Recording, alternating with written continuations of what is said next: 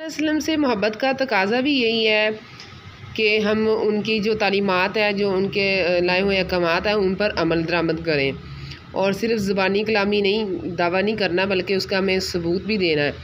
कैसे सबूत देना है? अल्लाह ताला ने खुद कुरान पाक में फरमाया है, कुल इन कुंतुम तुहिब्बूनल्लाह फत्ताबिऊनी युहब्बिबकुमुल्लाहु व यगफिर लकुम ज़ुनूबकुम वल्लाहु गफूरुर रहीम। कह दीजिए, अगर तुम अल्लाह से मोहब्बत रखते हो तो मेरी तबाह करो और अल्लाह तुमसे मोहब्बत करेगा और तुम्हारे गुनाह बख्श देगा और अल्लाह ताला बड़ा बख्शने वाला, रहम करने वाला है। तो इससे पता चलता है कि हम नबी पाक सल्लल्लाहु अलैहि वसल्लम के साथ मोहब्बत जो हमारे लिए कितनी ज़रूरी है, उनकी जो अतात है हमारे लिए किस कदर ज़रूरी है।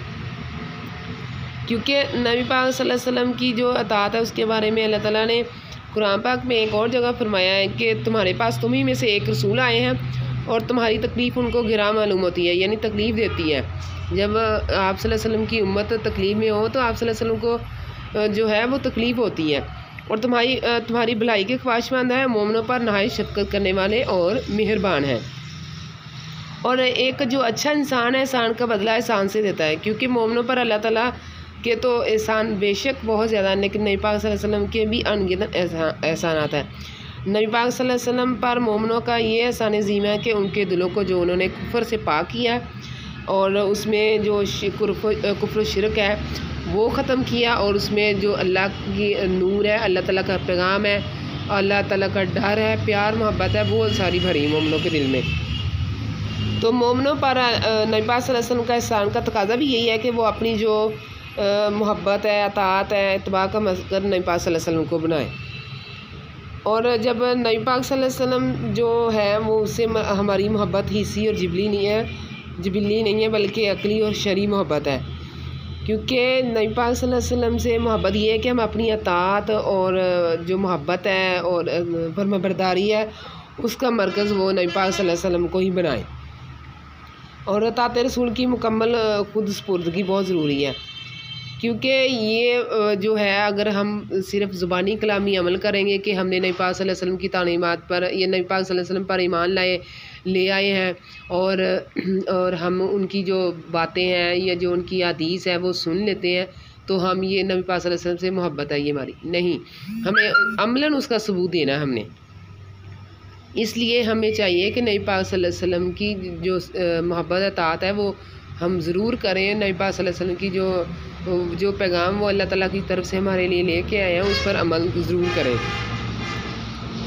और कुरान देखें स्टूडेंट्स के, कुरान एक मुकम्मल ज़ाब्ता हयात है।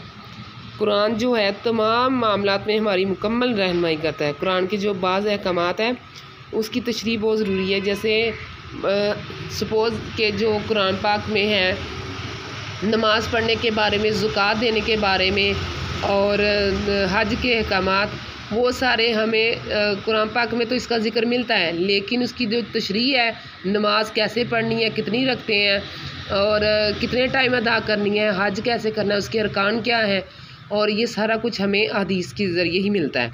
इसकी तशरीह नबी पाक सल्लल्लाहु अलैहि वसल्लम के थ्रू हमें मिलती है, क्योंकि नबी पाक सल्लल्लाहु अलैहि वसल्लम ने हम तक जो बातें, जो अहकामात, जो अल्लाह ताला का पैगाम हम तक पहुँचाया, उस पर ख़ुद अमल करके भी दिखाया है।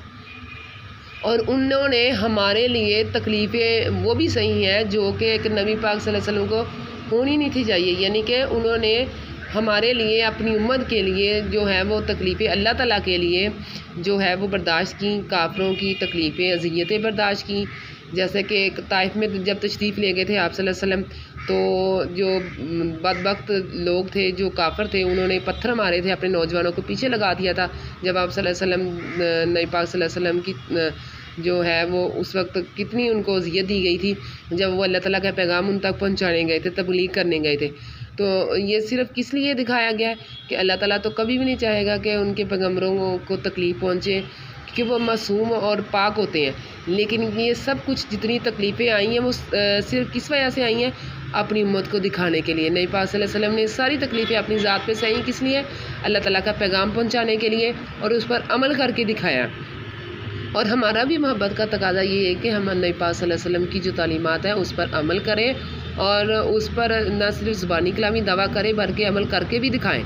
जैसे उन्होंने हमें नमाज़ पढ़ने का हुक्म दिया है कि आप नमाज़ पढ़ें और हमें ज़कात देना का हुक्म दिया है, हमें हज करने का हुक्म दिया है, हमारे जो दुनियावी मामलात हैं उसके बारे में हमें बताया कि हमें ज़िंदगी कैसे गुजारनी है। इवन हमें खाने पीने के आदाब बताए हैं, हमें आने जाने के आदाब बताए हैं, मेहमान नवाजी बताई है, हमें रिश्तेदारों से सलूक बताया गया है, हमें हमसायों के साथ सलूक बताया गया है। तो ये सारा क्या है, ये सारा आप सल्लल्लाहु अलैहि वसल्लम ने करके दिखाया था।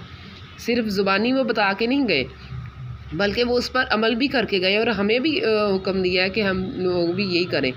इसलिए तो नबी पाक सल्लल्लाहु अलैहि वसल्लम जो है उसके बारे में जो अल्लाह पाक ने कुरान पाक में फरमाया है कि वो तुम्हारे लिए बेहतरीन नमूना है, यानी कि वो हमारी जो मुकम्मल रहनुमाई है जो वो करते हैं।